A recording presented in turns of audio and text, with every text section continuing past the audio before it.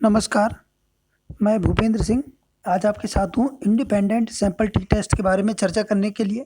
तो सबसे पहले हम जानेंगे कि इंडिपेंडेंट सैंपल टी टेस्ट क्या होता है। इसके बाद जो अगला वीडियो मैं बनाऊंगा उसमें हम इसको एसपीएसएस के माध्यम से करने का प्रयास करेंगे, करना सीखेंगे कैसे एसपीएसएस में इसको किया जाता है। तो चलिए जानते हैं।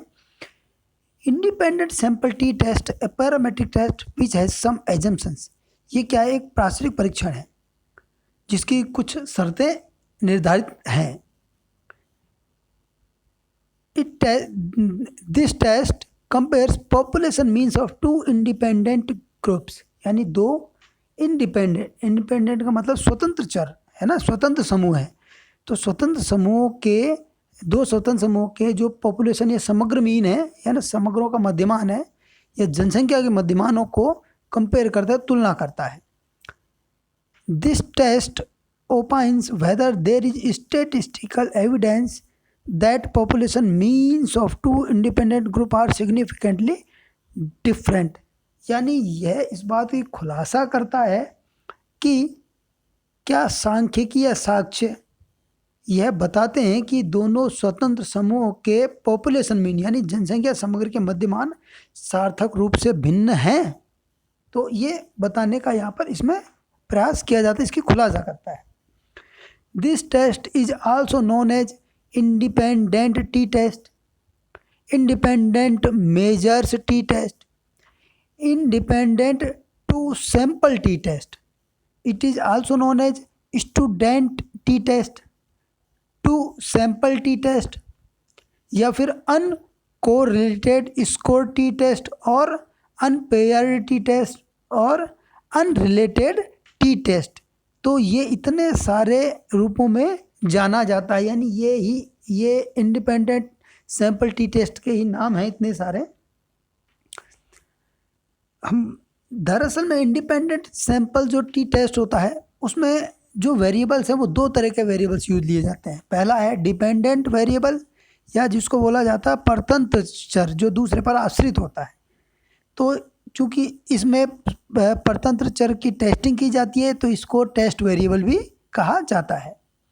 दूसरा वेरिएबल होता है इंडिपेंडेंट वेरिएबल, यानी जिसे बोला जाता है स्वतंत्र चर जो किसी पर डिपेंड नहीं होता, जबकि डिपेंडेंट वेरिएबल इंडिपेंडेंट वेरिएबल पर डिपेंड करता है। तो इंडिपेंडेंट वेरिएबल या स्वतंत्र चर को ग्रुपिंग वेरिएबल कहा जाता है, यानी समूह चर भी कहा जाता है। अब बात करते हैं कि independent sample T test use कब लिया जाता है।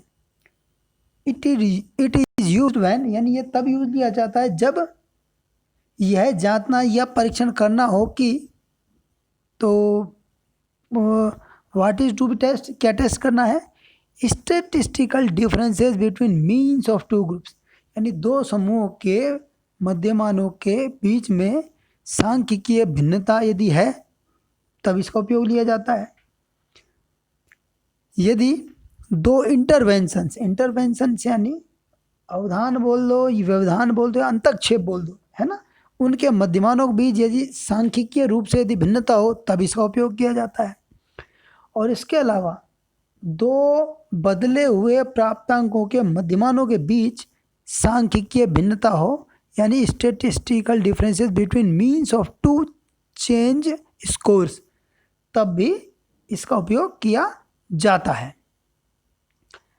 अब मेन बात आती है कि जो इंडिपेंडेंट सैंपल टी टेस्ट है ना, या जिसको अनकोरिलेटेड टी टेस्ट बोला जाता है, अनपेयर टी टेस्ट भी कहा जाता है, इसकी क्या कुछ एजम्पशंस हैं, कुछ शर्तें हैं। तो वो शर्तें क्या हैं, एक बार हम बात करते हैं इस बात पे।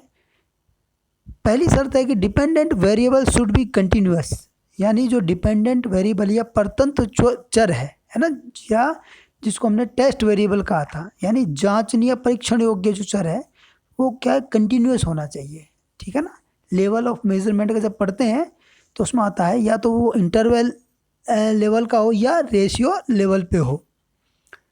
दूसरा जो एजम्पशंस है वो है independent variable should be categorical और नॉमिनल, यानी जो परतंत्र चर स्वतंत्र चर है ना, या इंडिपेंडेंट वेरिएबल वो क्या है, कैटेगरिकल होना चाहिए, नॉमिनल होना चाहिए, ठीक है ना। तीसरा जो एजम्पशन है वो है cases in which values are obtained on both dependent and independent variables. कहने का मतलब है कि ऐसे केसेज जिनमें जो वैल्यू है वो डिपेंडेंट और इंडिपेंडेंट दोनों प्रकार के चरों पर प्राप्त होती है ना, वहाँ पर भी इंडिपेंडेंट सैंपल टी टेस्ट का उपयोग होता है। चौथा एजम्पशन है ऑब्जर्वेशंस आर इंडिपेंडेंट, यानी जो अवलोकन है, ठीक है ना, परीक्षणों में, तो वो अवलोकन क्या होना चाहिए, इंडिपेंडेंट होना चाहिए, स्वतंत्र होना चाहिए, यानी यहाँ बायसनेस नहीं होनी चाहिए। अगला जो एजम्पशन है वो है एजम्पशन है सैंपल इज सेलेक्टेड रैंडमली, यानी सैंपल है उसको यादृच्छिक रूप से चयन किया जाना चाहिए, यानी सैंपल के सिलेक्शन में कोई बायसनेस नहीं हो। रेंडमाइजेशन का मतलब है कि chance of selection equal chance of selection, यानी जो चांस ऑफ सिलेक्शन वो इक्वल हो, है ना, यानी इक्वल चांस ऑफ सिलेक्शन मतलब उसे बोला जाता है रैंडम सिलेक्शन। तो रैंडमाइज करके सैंपल का सिलेक्शन किया जाना चाहिए।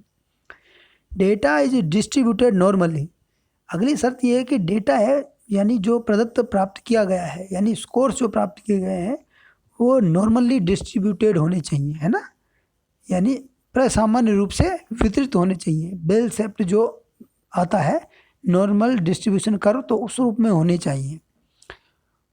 होमोजेनिटी ऑफ वेरिएंसेज इज मेंटेन्ड, यानी कहने का मतलब है जो विचलन है उसमें समानता होनी चाहिए, ठीक है ना, अर्थात विचलन इक्वल हो, लगभग समान हो, ऐसा भी नहीं बिल्कुल 100% समान, लेकिन लगभग समान हो दोनों ग्रुपों में, तो इंडिपेंडेंट सैंपल टी टेस्ट का उपयोग किया जाता है।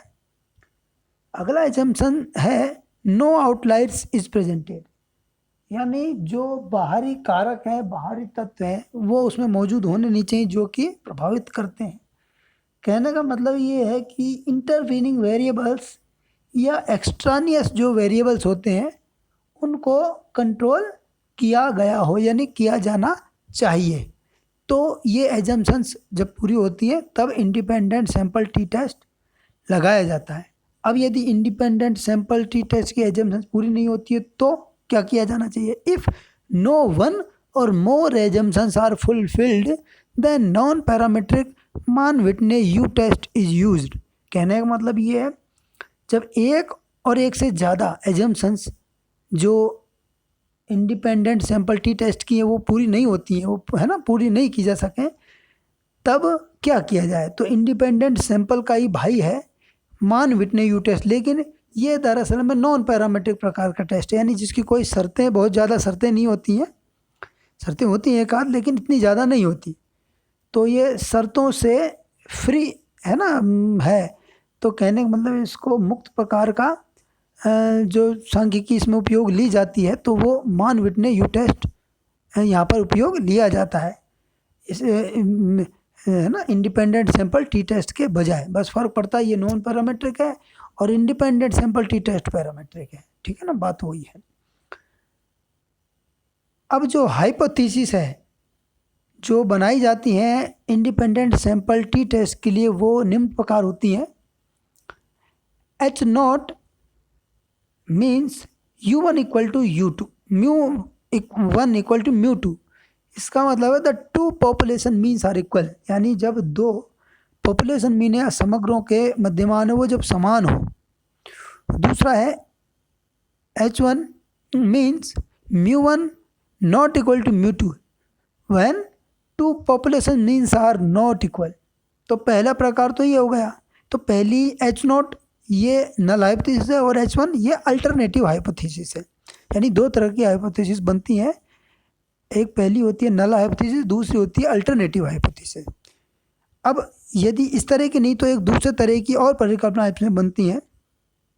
H not means μ1 minus μ2 equal to 0, यानी the differences between two population means is equal to 0, यानी जब दो पॉपुलेशन मीन है उनके बीच का अंतर शून्य हो तो एच नॉट नल हाइपोथेसिस इस प्रकार की बनती है।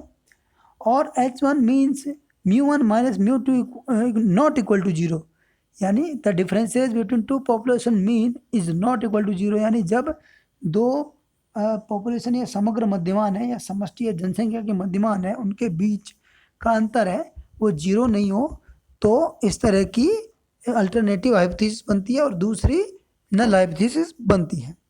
तो कहने का तात्पर्य ये है कि अभी तो हमने ये जाना है कि इंडिपेंडेंट सैंपल टी टेस्ट क्या होता है, क्या हाइपोथेसिस बनती है, क्या इसके एजम्पशंस हैं और इसको किस किन नामों से जाना जाता है। अगले वीडियो लेक्चर में हम ये मैं समझता हूँ आप चूँकि इतना जान गए होंगे, अगले वीडियो लेक्चर में हम मिलेंगे कि इंडिपेंडेंट सैंपल टी टेस्ट का SPSS में कैसे प्रैक्टिकल किया जाता है, कैसे उसको रन कराया जाता है। Thank you.